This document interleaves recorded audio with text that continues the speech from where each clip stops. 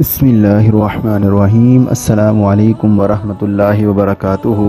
मैं हूं उमर फ़ारूक और हमारा channel the light of truth में एक बार फिर आप सबको खुशामदीद कहता हूं। आज जिस टॉपिक पर मैं बात करूंगा वो है बाइबल में मोहम्मद सल्लल्लाहु अलैहि वसल्लम का ज़िक्र और इसका पार्ट नंबर 5 होगा।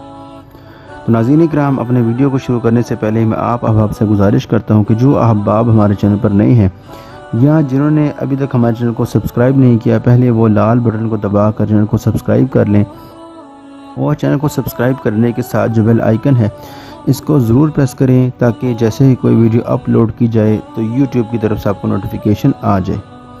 तो नाज़रीन इकराम, अपना और आपका कीमती वक्त ज़ाया किए बगैर मैं अपने टॉपिक की तरफ आता हूँ जो कि है बाइबल में मोहम्मद सल्लल्लाहु अलैहि वसल्लम का ज़िक्र और इसका पार्ट नंबर 5।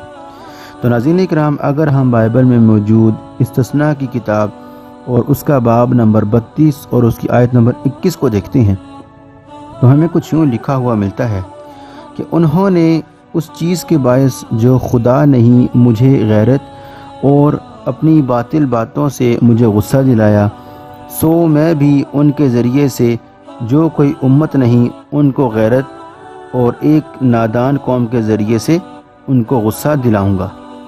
नाज़रीन इकराम, नादान कौम दरअसल तर्जुमा है उम्मी कौम का, यानी कि ऐसी कौम जो कि अनपढ़ है, जिनमें कोई भी नबी ना आया हो और पासमानदा दरमानदा लोग हों, तहज़ीम व तमद्दुन को ना जानते हों और अखलाक व करदार से ना आशना हों।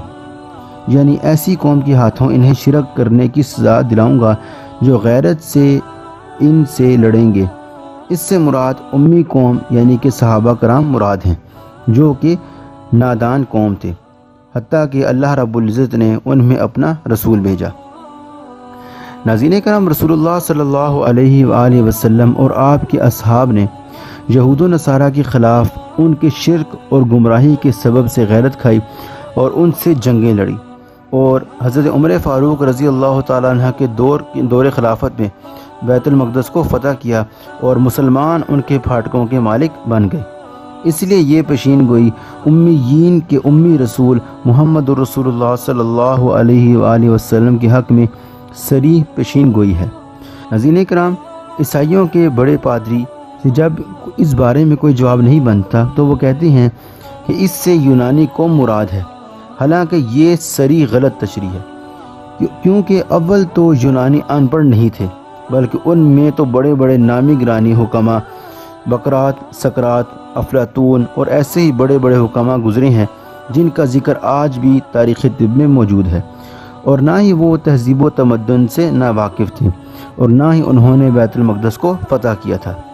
इसलिए ये उज़र इंतहाई नामाकूल है क्योंकि यूनानी हिकमत में और मादी उलूम व फ़नून में दुनिया भर से मुमताज़ थे और यूनानी तिब व हिकमत को इन्हीं लोगों ने 4 चांद लगाए और इनकी हिकमत के तो पौलुस रसूल भी मोतरिफ़ हैं। चनाचा वो अपने बाइबल में मौजूद करंथियों का पहला ख़त उसके बाब नंबर 1 और उसकी आयत नंबर 22 में फरमाती हैं कि यूनानी हिकमत को तलाश करते हैं।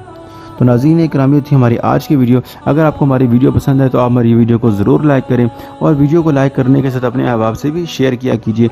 और अगर अभी तक आपने हमारे चैनल को सब्सक्राइब नहीं किया तो पहले आप हमारे चैनल को ज़रूर सब्सक्राइब कर लें और सब्सक्राइब करने के साथ बेल आइकन को ज़रूर प्रेस करें ताकि जैसे ही कोई नई वीडियो अपलोड की जाए तो यूट्यूब की तरफ से आपको नोटिफिकेशन आ जाए।